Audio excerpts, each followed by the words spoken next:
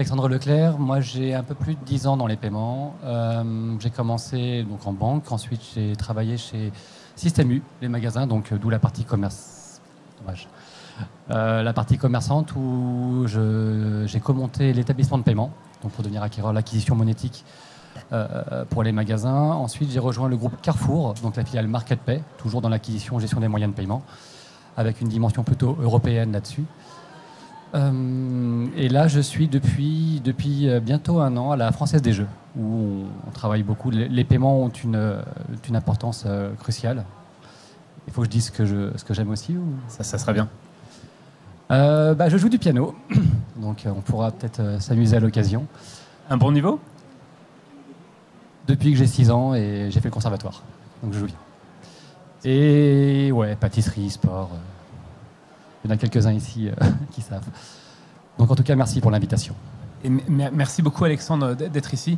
Donc ce qu'on va vous proposer aujourd'hui, c'est de réfléchir un petit peu d'un point de vue commerçant, quelle place les paiements prennent pour les commerçants. On va structurer notre approche en 4 étapes.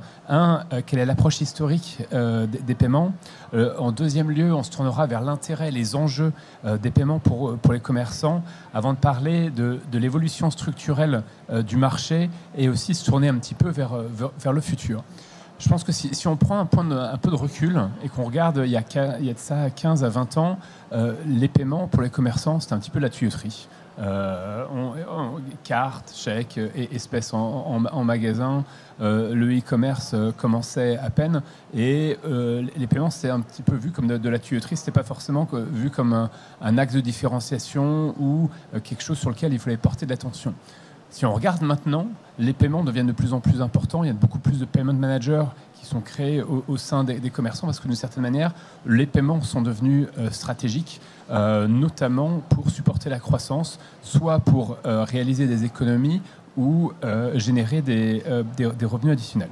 Alors commençons par la première partie, un peu, je parlais un petit peu, si on se replonge dans le passé, l'approche historique des paiements. Comme je disais, les paiements étaient un peu de la tuyauterie. Alexandre, est-ce que tu peux partager aussi ton expérience au sein de la Française des Jeux, de Système U? Qu'est-ce que tu vois aussi de ton point de vue? Enfin, moins la française maintenant, mais pas par rapport aux expériences, mais ce qui se faisait avant. Effectivement, les paiements n'étaient que de la tuyauterie pour ceux qui travaillaient dans l'industrie des paiements. Pour le commerçant, les paiements, c'était un achat de terminal, un contrat monétique et de l'argent. Voilà, on payait, on avait cette barrière de péage. On prend souvent cette image en fait quand on travaille dans l'industrie. Enfin, quand on est côté commerçant, c'était une barrière de péage. Ça veut dire qu'on pouvait offrir, on travaillait sur tous les parcours, l'expérience de notre client final en magasin, comment lui rendre la vie meilleure, comment le fidéliser, comment donner tout ce passage dans notre commerce intéressant et presque source d'émotion. Et on arrive à la fin avec une caisse, avec le fait d'attendre et de payer. C'est la douloureuse. Et c'était simplement ça, en fait. Donc, quelque chose qui gâchait une expérience et qui nous coûtait de l'argent. Et exactement. Du coup, c'était vu peut-être un peu plus comme une contrainte et principalement comme un poste de coût, in fine.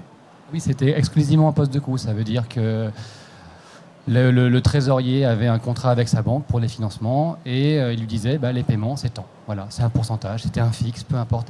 Et ça, c'était valable pour les grands, les petits, les moyens, tous ceux qui avaient besoin d'être payés, qui vendaient du produit, des services. On s'arrêtait à cette relation économique qu'on répercutait, nous, derrière notre client final, en fait, dans son parcours. D'une certaine manière, uniquement un poste de coût et il n'y avait pas forcément de point d'attention sur les parcours clients. Est-ce que ça reflète aussi qui étaient les principaux prestataires qui offraient ces solutions de paiement? En fait, les organisations au niveau des commerçants étaient, par rapport au paiement bien sûr, étaient totalement morcelées. Ça veut dire qu'on pouvait avoir des DSI qui achetaient du matériel, qui maintenaient du matériel, qui le distribuaient, ainsi de suite. Mais c'était vraiment pur hardware. C'était l'acceptation, en fait. La partie monétique, donc ce qui fait le cœur du paiement, le cœur du réacteur, l'acceptation, était gérée plutôt par les équipes trésorerie. On n'avait pas encore des payment managers, on en parlera plus tard, ou des équipes parcours client, marketing qui avaient leur mot à dire. On est là sur vraiment une dimension très proximité. Le e-commerce était géré, somme toute, avec celui qui avait un PSP. On mettait une page de paiement. Je ne sais pas si vous avez souvenir de vos premiers achats sur Internet avec des pages, des redirections complètement chaotiques. Voilà, même dans le digital, même dans le e-commerce, le paiement était le laissé pour compte. Et laisser pour compte, est-ce que ça reflète aussi d'une certaine manière un peu qu'il y a peut-être moins de diversité par rapport maintenant en termes de prestataires qui fournissaient ces services de paiement, et c'est lié aussi d'une certaine manière à la manière dont les commerçants étaient structurés en interne? Alors, ce n'est pas forcément lié à la manière dont ils étaient structurés en interne, c'est simplement que les seules personnes, les seuls prestataires qui avaient la main mise sur le paiement, c'était les banques. On revient dans les années 2000 à peu près, j'aurais pu dire 2005, même 2010, seules les banques proposaient du paiement. Donc il y avait des opérateurs techniques pour de la maintenance, j'en ai parlé un petit peu avant, mais le paiement, le matériel, le contrat, la monétique, le fait d'avoir un compte, de rendre de l'argent à un commerçant, c'était la mainmise de nos amis banquiers. Il y en a quelques-uns dans la salle. Et d'une certaine manière, ça reflète aussi l'évolution du marché, avec des commerçants, des banques qui étaient et qui sont toujours d'une certaine manière un des acteurs qui fournissent des services financiers aux commerçants. Ce que je voulais voir avec toi, c'est aussi, on parlait de l'organisation interne, qui à l'époque, si on reprend 2005-2010, qui était en charge des paiements. Parce que c'est toujours un petit peu le sujet au sein des entreprises. Le paiement se situe à la croisée de différents départements, qui à l'époque étaient peut-être principalement en charge peut-être de contractualiser ou de prendre le lead sur les paiements. On en a parlé un petit peu avant, c'est vraiment les équipes trésor. Pour moi, enfin, dans la grande distribution, les équipes trésorerie géraient le paiement. Et ça fait un peu le résumé de ce qu'on se disait depuis tout à l'heure. Paiement, poste de coût. Le coût, c'est l'argent c'est la trésor. Et c'était une simple barrière en fait qui permettait d'avoir cette relation, ou de la gâcher, de la ternir un petit peu en tout cas, entre le client final et le commerçant. Mais les équipes trésor géraient ça. Et d'une certaine manière, je pense que ça a du sens aussi, parce que d'un point de vue trésorerie, on va regarder aussi la partie financière, la partie coût qui est importante. Mais si on prend un peu de recul d'un point de vue commerçant, est-ce qu'il y a certains points clés qui sont abordés au sujet des paiements d'un point de vue commerçant et qu'on analyse un petit peu plus en profondeur les paiements? Alors, je vais parler maintenant plus du présent en fait. Quels sont les éléments qui sont importants pour le commerçant? Pour tous ceux qui étaient présents dans les tables rondes précédentes, je pense qu'il y a 3 piliers principaux. La sécurité, qui est clé, notamment en France, en Europe. On voit les directives qui arrivent, toutes les réglementations qui tendent, Julien Lassalle en parlait tout à l'heure, à sécuriser toujours plus les moyens de paiement, et on est extrêmement sensible à ça. En 2, c'est le modèle économique. Le paiement coûte. Ce coût, on le répercute sur le client final. Et c'est ce qui vient aussi ternir un petit peu le PNL de la boîte. Donc c'est un enjeu extrêmement important. On est conscient néanmoins que la gratuité n'existe pas là-dedans, mais tout a une valeur. Et des coûts historiques n'ont plus la valeur en fait, qui est perçue aujourd'hui. 3e élément extrêmement important, le parcours client. On le disait, on a un client, nous on le connaît. Le prestataire de service de paiement ne le connaît pas, les banques pas forcément, ils le connaissent en tant que porteur de carte. Nous, on lui raconte une histoire, et ce parcours jusqu'à la fin, jusqu'au moment où il va quitter le point de vente, quand on est en proximité, ou sur un achat en ligne, jusqu'au moment où il va choisir d'acter ce paiement, est clé. Et il ne faut pas qu'il y ait la moindre friction en fait, là-dessus. Donc le parcours, modèle économique, sécurité, sont les 3 piliers pour nous. Ce sont 3 sujets très importants pour les commerçants, alors que dans le passé, il y avait peut-être plus un aspect coût et aussi sécurité, l'équilibre économique, mais d'un point de vue vraiment optimisation des coûts, pas forcément se dire comment est-ce qu'on peut utiliser le paiement pour générer des revenus supplémentaires. Et les parcours clients, c'est quasiment pas partie des débats à l'époque. Ça nous mène d'une certaine manière, Alexandre, vers la deuxième partie de notre table ronde. On va se concentrer sur l'intérêt, les enjeux pour les commerçants maintenant.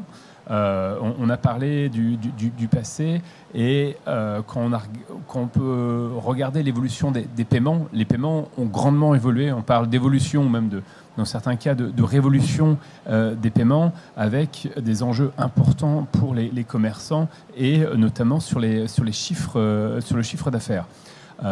Comment ça se traduit? Je voulais voir avec toi, Alexandre, sur la base de ton expérience, comment ça a changé en fonction du type d'enseigne et de commerçant? Parce que ce qui est valable pour des grandes entreprises, les pas forcément aussi pour des petites, par exemple.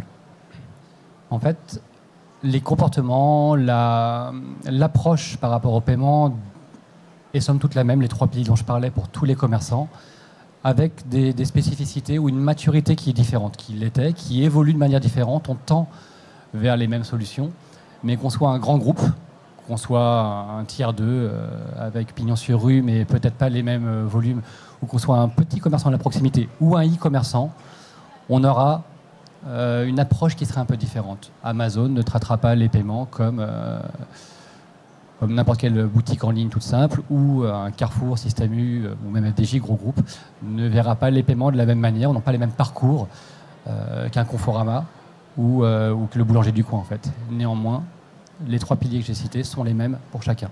Donc l'approche doit être spécifique à taille, positionnement, secteur d'activité, mais avec cette manne, avec ce dôme, justement, qui est commun à tout le monde. Et le niveau de granularité, le niveau de détail dans lequel on va pas être le même pour un SAMU, un Carrefour ou la boucherie de quartier, parce que c'est pas la même organisation et c'est pas les enjeux ne sont pas les mêmes. C'est pas les mêmes enjeux, effectivement. Prendre un exemple de parcours, peut-être, si tu veux. Exemple de parcours, Carrefour, il y a quelques années de ça maintenant, je pense que ça a pas mal évolué, mais avait fait une étude en disant 1 seconde sur le temps de paiement en caisse par chaque client, c'est plusieurs dizaines de millions d'euros par an. En plus, sur des hôtesses de caisse, sur des terminaux, des caisses ouvrir encore en plus, de l'achat du matériel. Donc la seconde, qui nous paraît pas grand-chose en fait, est extrêmement importante. Chaque seconde en plus donne lieu aussi à des queues qui se rallongent dans le magasin. Donc c'est important. Et qui dit queue plus longue, dit moins une satisfaction client moins grande, des personnes qui ont passé du temps en magasin qui se disent bon, je ne vais pas attendre encore une demi-heure, ils laissent leur caddie, ils partent, et donc du coup ça se traduit aussi par du chiffre d'affaires en moins. C'est du chiffre d'affaires en moins, exactement, ça rentre un peu dans l'équation. Pour les magasins de vêtements pendant les soldes, c'est exactement la même chose. On parlera des parcours de demain, on est dans ce schéma-là. Je parlais du e-commerce tout à l'heure, les PSP aujourd'hui communiquent et parlent en disant « je te vends un parcours qui se fait en 3 clics, 3 pages ». Avant, on pouvait être sur du déport, on pouvait être sur 5, 6, 7 clics. Les taux de chute des paniers étaient considérables en fait. Donc le parcours client, quel que soit le domaine, sera clé. Et surtout, à nouveau, on connaît nos clients en fait. On sait ce qu'on a envie de raconter. Et ce qui est important aussi, c'est de rester, si on parle continue sur l'e-commerce, c'est de rester sur la même page de paiement, pas de redirection, pas de confusion d'un point de vue client, peut apporter de la sérénité et de la sécurité. Plus que de la confusion, c'est même de la confiance. Aller sur un site web, je fais l'expérience là, et souvent je me pose la question et j'ai toujours ce constat-là, avec la page de paiement qui est faite, aux couleurs du site que l'on veut, chez qui on veut justement acheter. Et là, il y a une page qui est en surbrillance, qui est terne, qui peut être grise, qui n'est pas totalement intégrée. On se demande si on n'est pas en train de se faire frauder, du phishing. Enfin, ce sont ces petits détails d'intégration complète qui nous mettent dans l'environnement qu'on a choisi. On a choisi une enseigne, on a choisi un site web, on a confiance en lui. Et le paiement, la base de tout, c'est la confiance. On a tous peur de perdre nos numéros de carte, de se faire frauder. D'ailleurs, ce qui est intéressant, c'est que de temps en temps, il y a des études qui sont publiées et ça se joue vraiment à des détails, comme tu disais. Donc, il peut y avoir la couleur, mais en faisant du A/B testing, donc en comparant 2 pages de paiement exactement les mêmes, si on rajoute un petit cadenas à un certain moment en bas du site ou au niveau de l'expérience, au niveau de la page de paiement, ça a un impact positif sur la conversion. Donc, il y a pas mal de petits détails qui sont pilotés au niveau des détails moins important que ce qu'il n'y pourrait paraître, mais ça a un impact positif sur l'expérience client et sur les revenus également des commerçants. Donc on a parlé des parcours clients, des aspects stratégiques. Il y a aussi un aspect économique dont on a commencé à en parler. Quels sont, d'après toi, aussi les éléments principaux d'un point de vue économique pour les grands commerçants? En fait, les grands commerçants se sont professionnalisés. On en parle un petit peu après, les nouveaux acteurs, la capacité justement d'analyse, les connaissances, les compétences que les grands commerçants ont eues. Et du coup, on a compris qu'un paiement, c'est pas un taux. Un fixe, c'est un taux. Voilà, c'est pas 3 centimes plus N%. C'est une composante d'un interchange, la composante d'un scheme fee, de fixe, de coût de processing. Et en commençant par là, avec la techno qui a évolué aussi, avec des nouveaux opérateurs, l'orchestration de paiement, enfin, on pourra balayer un petit peu tout ça si tu veux, on a commencé à maîtriser les négociations, maîtriser les routes, les flux de paiement, les schémas vers qui on voulait envoyer. On parle de Visa, Mastercard, on parle de CB, des skins domestiques tout à l'heure. On est là-dessus en fait. C'est vraiment les chemins de paiement que l'on veut opérer sont source d'économie. On devient acteur des négociations dans le paiement, ce qui n'était pas le cas avant en fait. Ça c'est un premier point.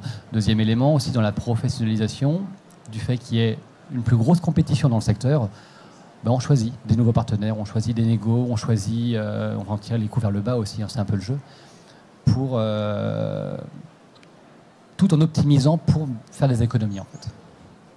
Et c'est lié aussi d'une certaine manière à l'organisation interne, parce que on a rédigé un livre blanc au sein de Garden Company où on a étudié la place du payment manager et d'une équipe paiement sur les impacts que cela a. Il y a une corrélation forte. Je crois qu'on l'a fait auprès de plus d'une centaine de commerçants français, européens et internationaux. Et il y a une corrélation forte entre le fait qu'on investisse dans la partie paiement, dans la fonction paiement avec un payment manager d'une part et après une équipe paiement d'autre part, et l'impact positif que cela peut avoir pour réduire les coûts, mais aussi générer des revenus additionnels. Et sur cette partie revenus additionnels, on en reparlera un petit peu plus un peu plus tard dans la table ronde, mais c'est pour dire que d'une certaine manière, plus on regarde les paiements, plus on va pouvoir regarder les différents rails de paiement, plus on va pouvoir optimiser, regarder les données et acter dessus d'une certaine manière. C'est exactement ça en fait. Et c'est un peu un paradoxe dans ces créations de nouvelles entités au sein des entreprises. Généralement, quand on crée, on désigne un nouveau responsable, un nouveau directeur des paiements, peu importe. Enfin, pas pour les paiements, justement. On se retrouve dans ce schéma un peu de jalousie, de partage de périmètre qui est très compliqué dans les boîtes. Et à chaque fois que j'ai pu, en tout cas par expérience personnelle ou dans les contacts dans d'autres boîtes, chez d'autres commerçants, voir ces créations de postes de pilote des paiements, responsable des paiements, payment manager, peu importe la terminologie, cette personne a été accueillie à bras ouverts parce que c'était une épine qu'on enlevait dans le pied du trésorier. La DSI avait quelqu'un qui parlait, ça y est, quelqu'un me comprend. Le marketing commençait à obtenir des réponses. Et en fait, c'est vraiment ce poste un peu de quarterback de toutes les choses qui étaient pas maîtrisées, qui étaient sur le chemin critique des projets, en manque d'évolution, en manque d'innovation. Donc, on se rend compte que ce payment manager est au cœur de la stratégie. Et si tu veux, même au sein de la FDJ, typiquement, on a une équipe qui gère tout ce qui est paiement sur l'application, sur le site web. Et on a constitué une communauté des paiements. Donc, on se rencontre tous les mois. Et tous les mois, on parle et on a la force commerciale, on a la trésorerie, on a la DSI, on a la paye. Et on se rend compte qu'en fait, quand on a dressé la carto de tous les endroits où il y a du paiement dans une boîte, en fait, toutes les équipes, à un moment, sont concernées. Donc, on n'est pas dans le paiement que dans la relation je suis entreprise, je vends, j'ai un client final. Il y a du B2B, il y a du B2C, il y a des fournisseurs, il y a des flux de trésor, il y a énormément de choses. Et quand on commence à mettre tout ça en place, on se rend compte qu'il y a énormément d'économies, énormément de processus à optimiser. Et on est dans une aventure, en fait, au sein de l'entreprise, même rien qu'en elle-même, extrêmement bénéfique.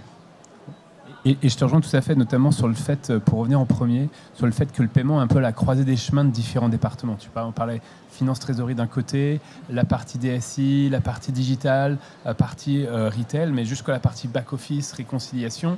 On travaille de manière régulière avec des commerçants, et de temps en temps, quand on arrive, on leur pose un petit peu des questions, mais qui fait quoi ? Et typiquement, par rapport à ce qu'on disait, il peut y avoir la finance trésorerie qui va financer qui va négocier les contrats parce qu'il y a le lien avec la partie bancaire. Il y a par exemple la partie SI qui va gérer soit le site web ou la partie avec les terminaux, la partie digitale qui va peut-être plus se concentrer sur la partie e-commerce, mais d'un point de vue de transformation. Mais il n'y a pas forcément une personne ou une organisation qui prend en main la partie paiement. Et souvent, ça se traduit par...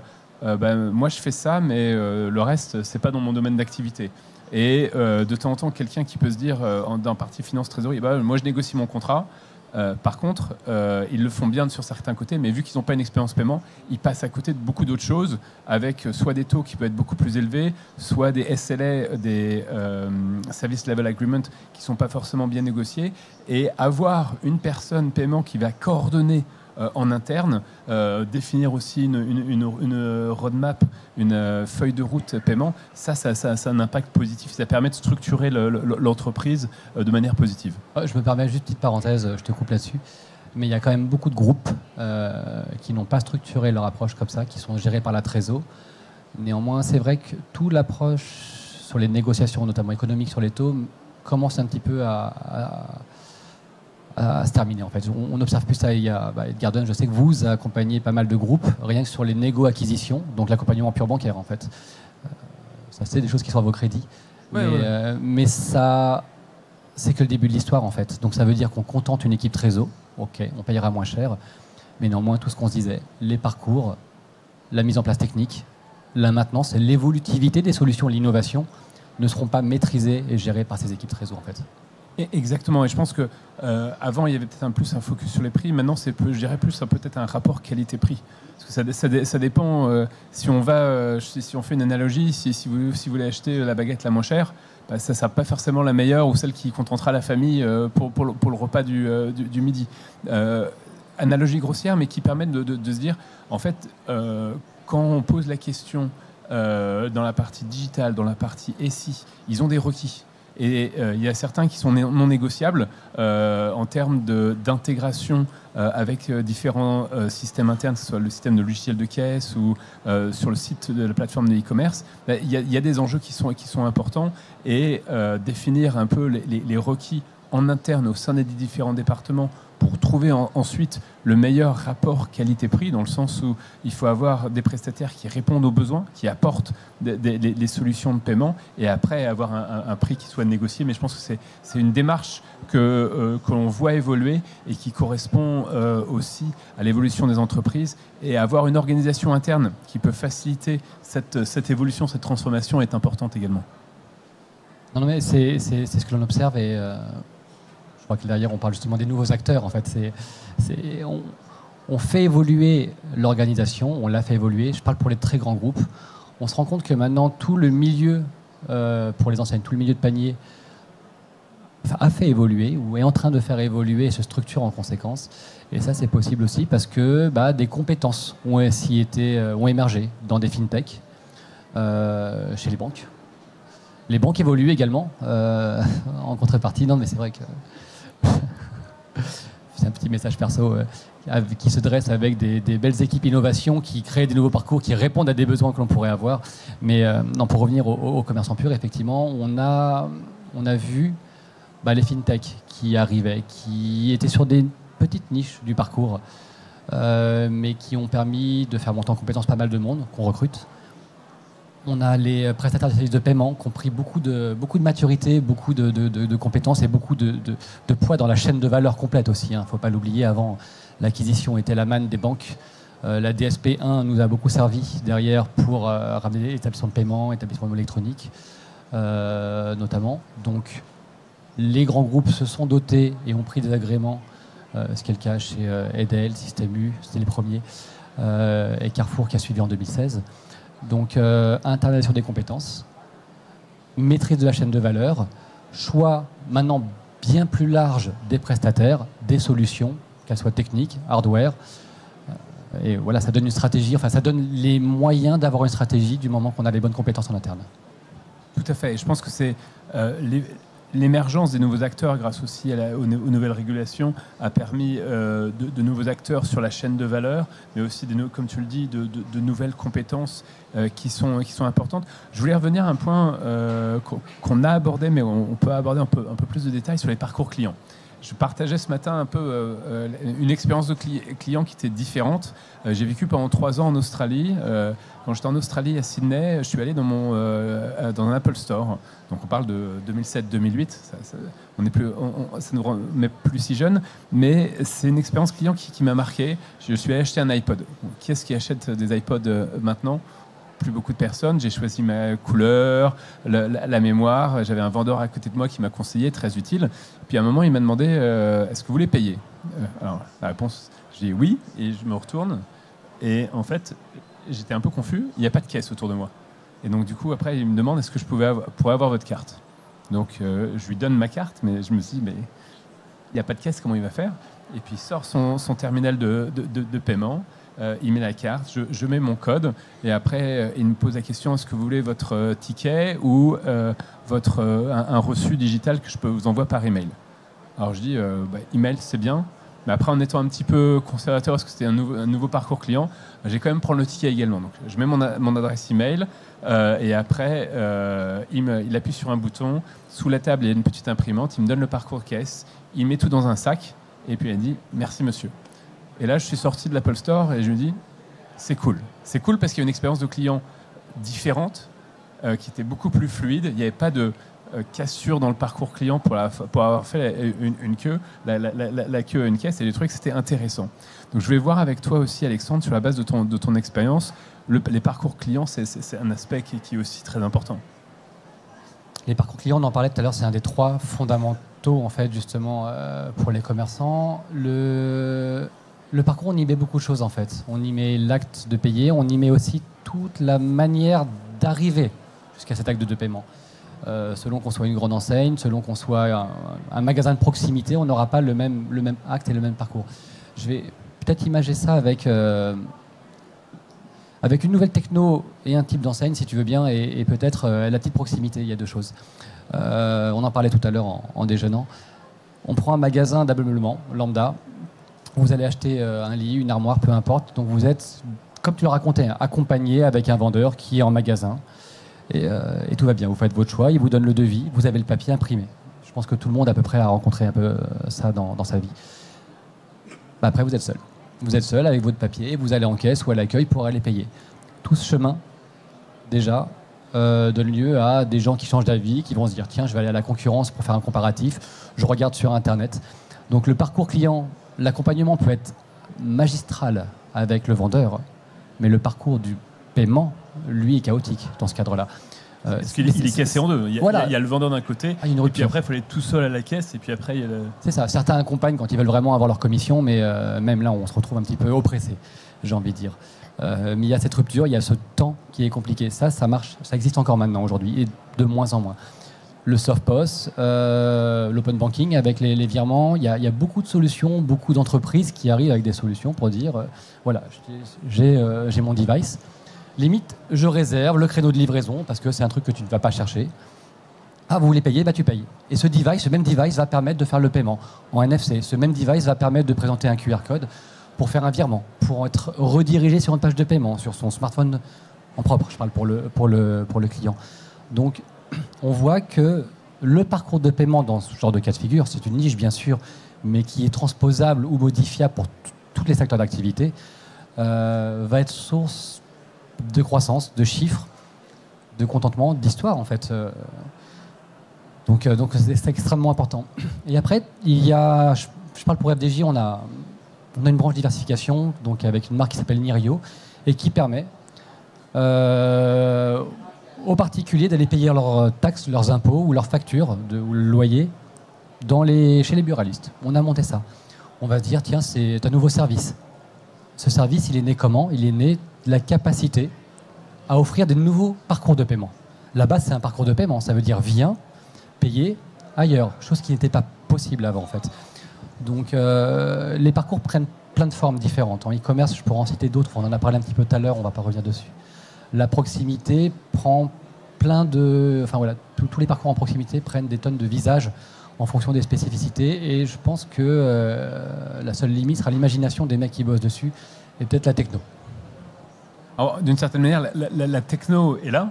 La technologie souvent est là. Après, c'est inventer les parcours clients qui vont avec et puis après faciliter le changement de comportement des clients. Ce matin, on en parlait, il y a un cycle de 5 à 10 ans pour changer le comportement client. On peut le voir avec le passage au NFC. Ça ne s'est pas fait en une journée. Le Covid a accéléré, mais il y a du temps pour changer les parcours clients et pour les faciliter. Et après, les commerçants jouent aussi un grand rôle pour créer des nouveaux parcours clients et pour faciliter ces changements. Exactement. Le paiement pour les commerçants, on peut mettre ça aussi, le lien de la banque avec le client final. On a ce client en commun. Le client est client d'une banque, client d'un commerce. On a ce pivot. Et le commerçant, en fait, c'est le visage. C'est le visage de la techno, c'est le visage du parcours. C'est celui qui va accepter, celui qui va former et informer. On peut sortir toutes les technos du monde. EPI parlait tout à l'heure du choix du QR code. Bon, Covid a aidé justement un petit peu à le démocratiser. Mais qui va le présenter? Est-ce que ce sera... Bon, pour EPI, on sait, mais le client qui va présenter un QR code? Est-ce que c'est le marchand qui va présenter un QR code? On a le choix. En fait, on prend la décision du parcours, on prend la décision du choix de techno. Et par contre, le revers de la médaille, c'est que nous, commerçants, allons former, informer le client final. Donc, on va pas maîtriser, mais en tout cas aider à l'adoption. En tout cas, on a des enjeux là-dessus et on a un rôle et des responsabilités. Tout à fait, et je pense que c'est notamment quand on voit des nouveaux parcours clients, par exemple on voit avec le soft POS en anglais du queue boosting, donc des personnes qui sont en magasin, qui vont aider, et comme on le disait, directement vont faciliter le paiement plutôt que de faire la queue un samedi en magasin, on sait ce que c'est, mais également des nouvelles expériences de clients, avec notamment dans la grande distribution des petits boîtiers électroniques qui permettent de scanner et de faciliter l'expérience client pour se concentrer in fine sur ce qu'on veut acheter et pas forcément sur passer du temps à la caisse quand on doit payer. Le self-scanning, ça a été une sorte de révolution, hein, c'est vrai, pour accélérer justement ce moment de caisse. On n'était pas dans le paiement, on était vraiment dans la relecture article, mais une fois qu'on y a goûté, on a envie que cette chaîne soit complète.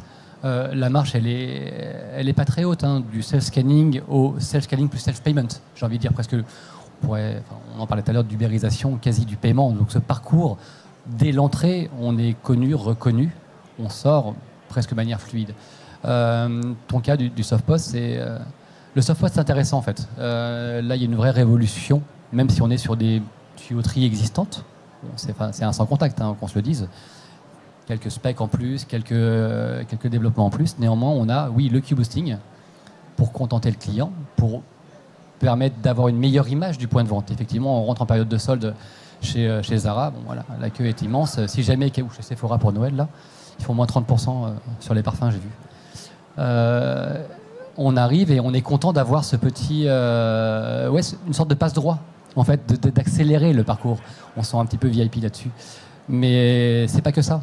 C'est que le vendeur va vendre, va accompagner. Donc on a, oui, le queue boosting, on a la vente accompagnée, on a, pourquoi pas, du panier additionnel qui sera mis. Parce que dans cet accompagnement en rayon pour payer, on peut se dire, tiens, vous avez pensé à rajouter ça qui peut aller avec. Donc on est sur des ventes additionnelles potentielles, donc du chiffre. Et un meilleur parcours client, des revenus additionnels qui sont très importants pour les commerçants. On peut maintenant basculer vers la troisième partie. On en a déjà un peu parlé sur les changements structurels du marché. Et d'une certaine manière, ces changements, on a parlé avec des nouveaux acteurs, justement, des fintech. Il y a une révolution aussi un peu technologique, e-commerce, mobile, l'évolution réglementaire. Un peu, quelles sont tes perspectives sur le sujet et quels ont été les aspects qui ont permis ce changement? C'est vrai qu'on a un petit peu débordé tout à l'heure sur cette partie-là, mais non, la réglementation a évolué. Le gros changement était en tout cas, pour le monde dans lequel j'évolue côté commerçant, la DSP1, donc les nouveaux acteurs, la professionnalisation en fait clairement des commerçants, l'IFR, la réglementation sur l'interchange, donc les coûts, on en parlait tout à l'heure, modèle économique. L'IFR a fait prendre conscience qu'effectivement, on pouvait baisser les prix, négocier, et on avait cette connaissance en fait du coût pivot qui était négociable. La DSP2 a ramené beaucoup de choses, les nouveaux moyens de paiement, on ne revient pas sur l'open banking, mais ça a été perçu de deux manières. Ça a été perçu comme, par la DSI, des réglementations, des usages, du SCA à mettre en place, une complexité. Et ceux qui étaient équipés de Payment Manager, en fait, on peut dire, tiens, il y a des choses à faire, il y a des exemptions, il y a des taux qu'on peut aller optimiser. Donc on allait chercher, on allait gratter justement l'opportunité au sein justement de ces évolutions réglementaires. Et toutes les évolutions réglementaires donnent lieu à, des contraintes de premier abord et des optimisations. Dès qu'on connaît, dès qu'on sait lire, dès qu'on a envie de réfléchir et qu'on est structuré pour effectivement essayer de gratter un petit peu d'optimisme, on les trouve. Et je pense que c'est l'organisation interne qui est clé. Parce que si on n'a pas les ressources, on n'a pas le temps de le faire, mais si on a les ressources, on peut regarder la donnée, les parcours clients, les taux de conversion, et après rentrer vraiment au niveau granulaire, au niveau du BIN par émetteur ou autre. C'est là qu'on peut mieux comprendre les paiements et voir comment est-ce qu'on peut tourner les paiements pour soit optimiser les coûts ou mieux encore augmenter les revenus. Non, c'est exactement ça. Et ce qu'on a vu aussi, c'est dans ces évolutions, là je parlais banques, commerçants, on a les nouveaux acteurs. On parle des fintech, PSP, ça reste très paiement. Mais on a vu tous les mainteneurs, les distributeurs de solutions, distributeurs de systèmes d'encaissement qui se sont équipés, qui ont proposé du paiement. Donc plus pour les grands groupes, maintenant pour la proximité, bas de tier 3, long tail, vraiment les artisans ou autres, SumUp, je pense qu'on pourra en citer un qui a cartonné. SumUp a répondu à un besoin pour lequel personne ne répondait en fait avant. Parce qu'il avait le droit d'être agréé, de proposer du paiement de bout en bout. Les distributeurs, pour ne pas faire de pub, Neosystem, Smile & Pay, Yavin, par exemple, qu'on voit tous les jours, équipent et distribuent des dizaines de milliers de terminaux. Pourquoi ? Parce qu'ils se sont équipés, ils sont structurés, ils répondent à des besoins pour un marché qui est plus bas. Les banques ne sont plus présentes. Commence à charger leur braquet. Là, on voit des vrais changements. Les petits commerçants, eux, n'étaient pas équipés. Je parle en termes de compétences. Donc, ils voient d'un intérêt économique, ils voient des parcours qui évoluent. Donc le paiement, pour eux, change la vie. Cette envie de ramener... la prise de conscience, et ça, c'est à tout niveau, que le paiement peut permettre de ramener plus de monde en magasin. En fait. Et tout à fait. Et je pense que cette prise de conscience, elle reflète aussi l'évolution de l'industrie. On a parlé de nouveaux acteurs, des fintech. Il y a quelques années de ça, on a mené une cartographie sur les acteurs dans les paiements. Et ça révélait en fait qu'en France, la filière paiement, on a un véritable savoir-faire. Plus de 80 000 personnes qui travaillent directement ou indirectement dans les paiements. Pour ordre de comparaison, c'est le même nombre de personnes qui travaillent dans l'industrie du luxe. Alors que l'industrie du luxe est reconnue d'un point de vue mondial pour la France. Et après, ça a été le précurseur, après les assises des paiements, au Conseil national scriptural des paiements en France, qui gère un petit peu la stratégie paiement. Ce qui est très bien, il y avait peut-être un manque avant. Ce que je voulais voir avec toi aussi, Alexandre, c'est les commerçants, vu qu'ils jouent un rôle plus important, comment c'est structuré un peu cette gouvernance, cette représentation dans ces instances ?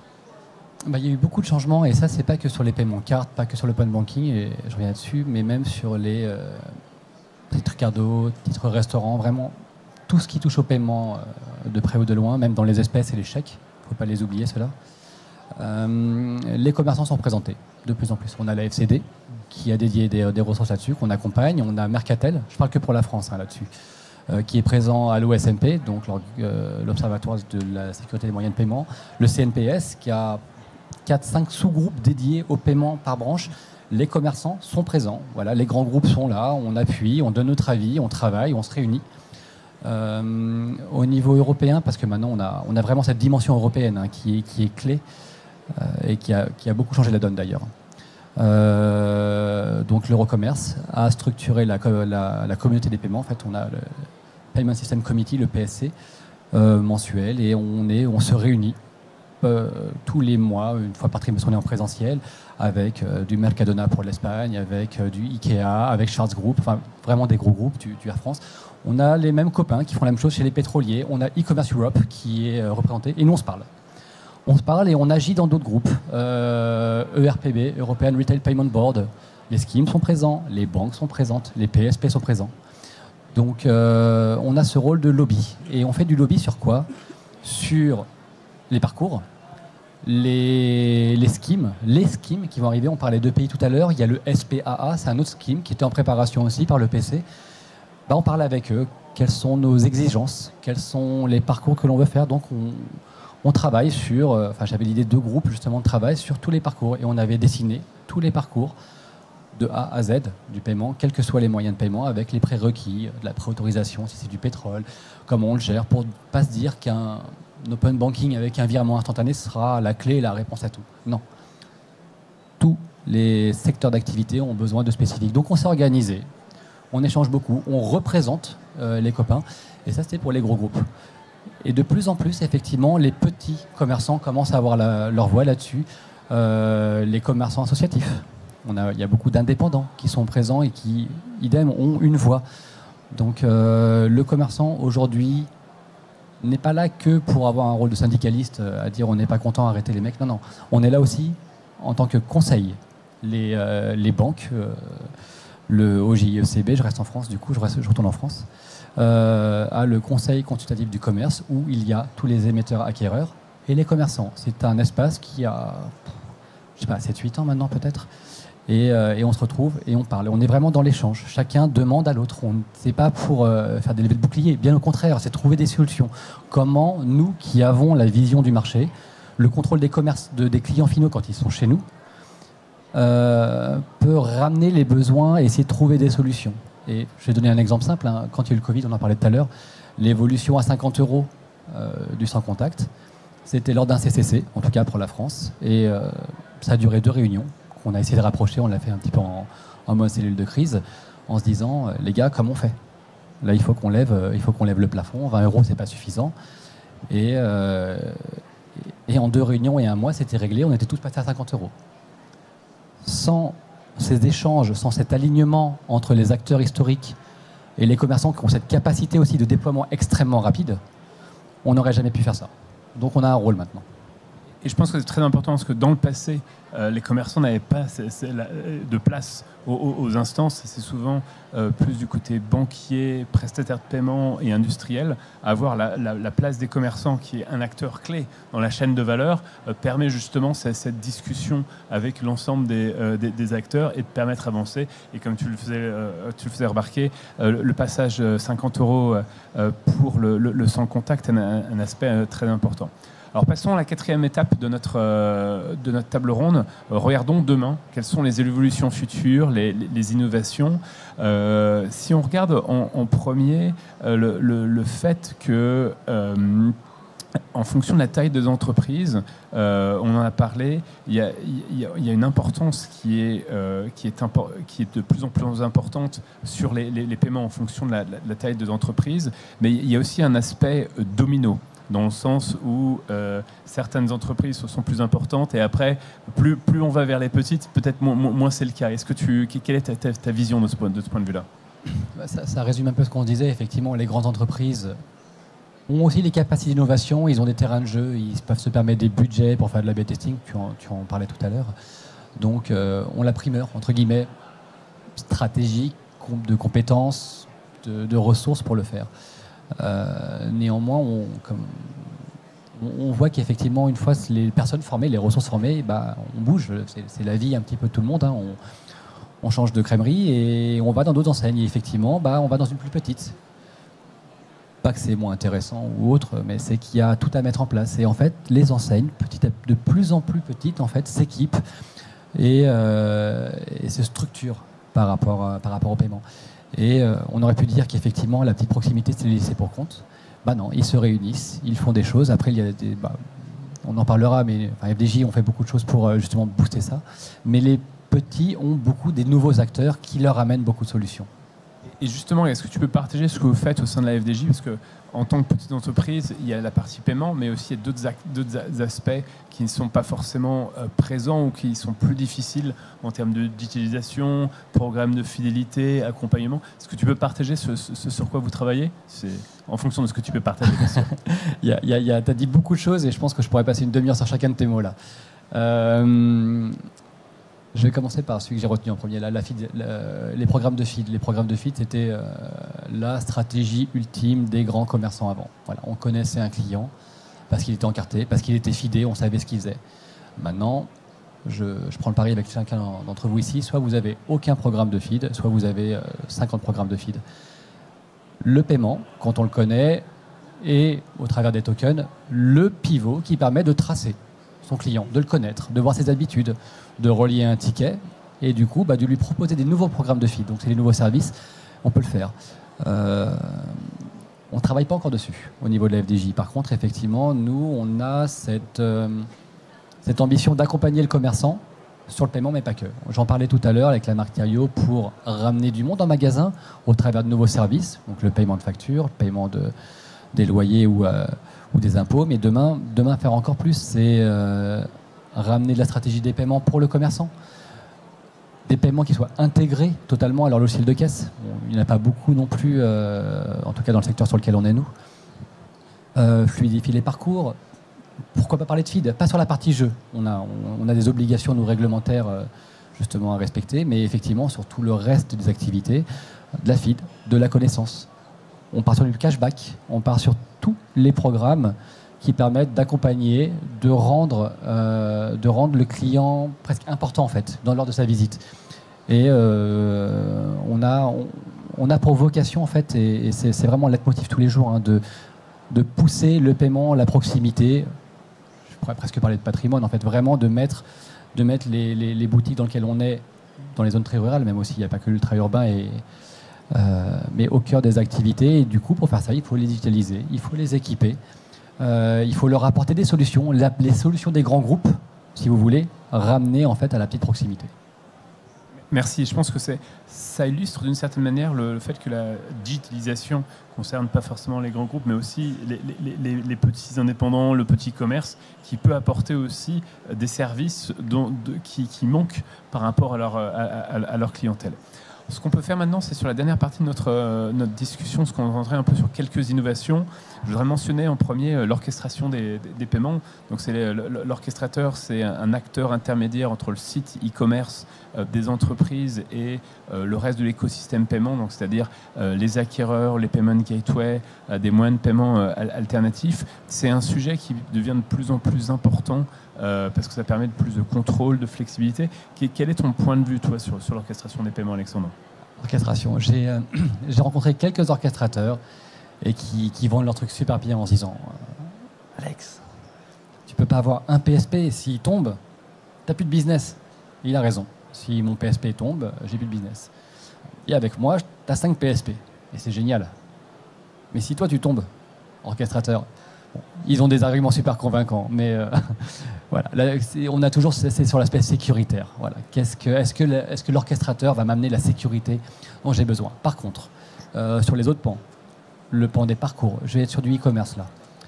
Tous les PSP ne proposent pas les mêmes moyens de paiement. Tous les PSP ne proposent pas les mêmes parcours de paiement. Selon, il y en a qui auront du PayPal, il y en a qui auront du Alipay, du WeChat Pay. C'est vrai qu'on stigmatise beaucoup les Américains, mais il y a beaucoup d'Asiatiques qui arrivent et il y a des besoins là-dessus. On peut, selon les produits, selon les besoins, selon nos clients aussi, ventiler grâce à l'orchestration sur beaucoup de moyens de paiement. Et sur l'aspect économique aussi, on se rend compte que un PSP va être dominant chez un acquéreur, en lui envoyant des flux, on payera moins cher. Donc l'orchestration peut avoir beaucoup d'avantages. Ça a un coût. On est toujours dans cet équilibre en fait. Qu'est-ce que je vais gagner en parcours? Qu'est-ce que je vais gagner en sécurité? Qu'est-ce que je vais gagner en modèle économique? Tout ça au regard de ce que ça va me coûter. C'est un BK standard avec un BPA à construire en fait. Je pense que selon les secteurs d'activité, l'exposition au risque que l'on peut l'avoir aussi, c'est intéressant d'aller dessus. Et si c'était n'importe quoi et une lubie, ça ne ferait pas 5-6 ans que les orchestrateurs seraient en train d'avoir des vrais succès, des vrais transfos. Tout à fait. Je te rejoins tout à fait. Au sein de Garden, on a rédigé un livre blanc sur deux livres blancs actuellement sur le sujet de l'orchestration des paiements, notamment un avec une enquête auprès des commerçants. Et ce qui revient très nettement, c'est le désir de faire du smart routing, d'augmenter la conversion en ligne en faisant du A/B testing par rapport à différentes PSP, Payment Gateway ou des acquéreurs, le contrôle des coûts aussi en fonction des différents rails. Comment est-ce qu'on va on peut faire de l'acquisition domestique, acquisition internationale, en fonction de la complexité. Et puis des aspects liés au reporting, à la réconciliation. Et tu l'as très bien dit, c'est un équilibre à trouver, parce qu'il y a des coûts additionnels, il y a soit des revenus additionnels ou des économies, donc il faut prendre en compte l'ensemble des aspects. Et avec les discussions que je menais avec plusieurs commerçants, l'orchestration est vraiment pertinente quand il y a une complexité des paiements. Différentes filiales, une présence internationale, différents moyens de paiement. Dès qu'on a une complexité et qu'on n'a pas forcément de visibilité sur les paiements, l'orchestration peut apporter une valeur ajoutée. Je me permets juste de rajouter par rapport à ça, on en revient à ce qu'on se disait au tout départ, hein, le payment manager. Tu parles de réconciliation, on est sur de la compta trésor. Tu parles de parcours, de complexité des paiements, il faut quelqu'un qui sache gérer ça. On est sur des taux d'acceptation, des taux de transformation. Taux de transfo, ce sera le commerce en fait. Donc effectivement, le rôle, pour parler de ces sujets-là, il faut un payment manager qui soit présent et qui puisse porter, piloter et avoir des convictions fortes en fait dans le domaine. Tout à fait, Alexandre. Je me tourne vers l'audience. Est-ce que vous avez des questions éventuellement ou des sujets sur lesquels que vous souhaiteriez aborder? Bon, j'ai encore une dernière question pour Alexandre, hein, parce que j'aime bien poser des questions. On a parlé un peu du Buy Now Pay Later, paiement fractionné, paiement différé. Est-ce buzz ou réalité? Tu m'as pas prévenu là-dessus. Politiquement correct ou ma réalité? Ta réalité. Je vais parler de constat. Comme ça, je me mouille pas trop en fait. Le Buy Now Pay Later, on va lire 1000 articles là-dessus, et oui, c'est une réalité d'un besoin, c'est une réalité qui correspond à la conjoncture, à des gens qui veulent acheter, qui ont besoin de facilité de paiement. Effectivement, je pense que tout le monde peut avoir accès avec des articles sur les taux, le taux d'utilisation en tout cas du Buy Now Pay Later, donc du paiement en plusieurs fois, ou simplement le paiement différé. Sur un mois complet. En fin de mois, il y a quand même cette croissance qui est faite sur ce moyen de paiement. Dans une ancienne vie, on avait fait, c'était chez U, avec un partenaire, en magasin, du Buy Now Pay Later, donc en quelque sorte, avec du paiement en 36 fois, ce qui est énorme. Donc ça faisait l'iPhone à 9 € par mois. Écoute, on n'avait pas de stock d'iPhone, hein. C'est parti. Donc c'est une réalité pour les gens, pour nos consommateurs. Ils ont besoin, ils ont envie de ça. Maintenant, d'un point de vue plus enseigne, boutique, c'est un coût. Si tu veux faire du une fois gratuit, il n'y a pas de réalité. Quelqu'un le paye. Le commerçant le payera. Donc on rentre sur nos marges. On en est toujours sur ce schéma-là. Qu'est-ce que l'on veut proposer à nos clients? Est-ce qu'on veut avoir sentiment de leur proposer de la dette, entre guillemets, pour le Buy Now Pay Later? Est-ce qu'on a envie de porter ou de leur faire porter un coût? Est-ce qu'on peut se permettre, par rapport à nos marges, dans des environnements et des secteurs d'activité extrêmement concurrentiels, de prendre 1 point, 2 points, 3 points de marge sur nos produits? C'est comme pour toute réponse que je filerai dans le paiement, il n'y a pas de vérité. Il y a des secteurs d'activité en fait. Je suis tout à fait d'accord avec toi. Il faut trouver l'équilibre entre ce que ça apporte par rapport au coût. Il y a quand même, comme tu le disais, 2 aspects importants. Ça augmente la conversion, même en magasin et sur e-commerce, et ça augmente le panier moyen. Après, il y a aussi, peut-être, ça peut avoir tendance à cannibaliser d'autres moyens de paiement et ou voir après quels sont les coûts associés. Alors, pour conclure, toujours pas de questions? Non. Bon, alors j'en ai une.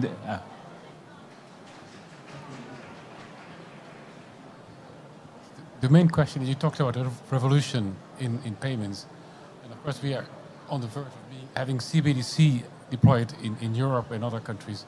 One of the aspects is offline payments, and you can actually implement offline payments in transferable e-cash. So the merchant can receive e-cash and can pay his supplier in the same e-cash.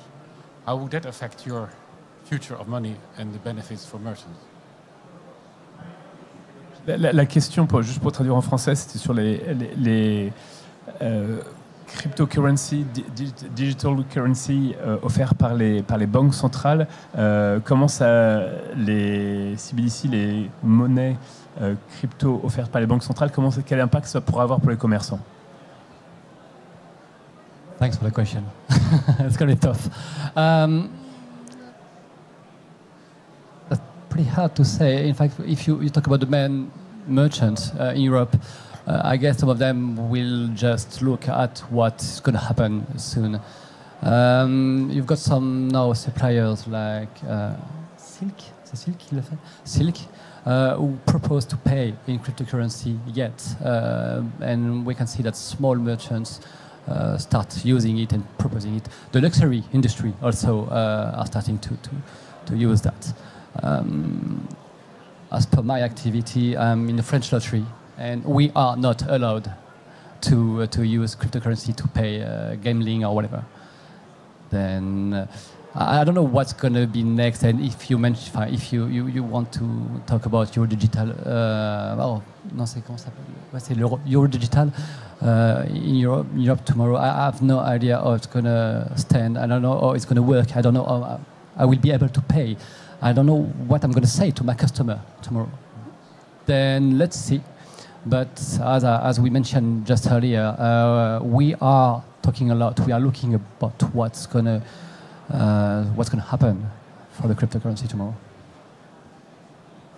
So I agree with you. I guess I would say that the ecosystem is not structured yet to accept either some merchants are accepting cryptocurrencies, not many. And in terms of the central currency developed by central bank, I think that we not at the stage where merchants can accept. I mean, I guess when or if they develop, I think the questions will develop in terms of what is a customer experience, how you can receive the money, how do you handle also security. But as with, I would say, with any payment method. And just to conclude my answer, I agree with Grégoire, sorry, about the user experience, but the security matter. The economic aspects is going to matter a lot. And again, what will have the merchant to do to accept or propose any cryptocurrency? So, merci beaucoup à tous pour votre participation. Merci Alexandre. Merci. Et on peut lui donner, on peut bien sûr l'applaudir.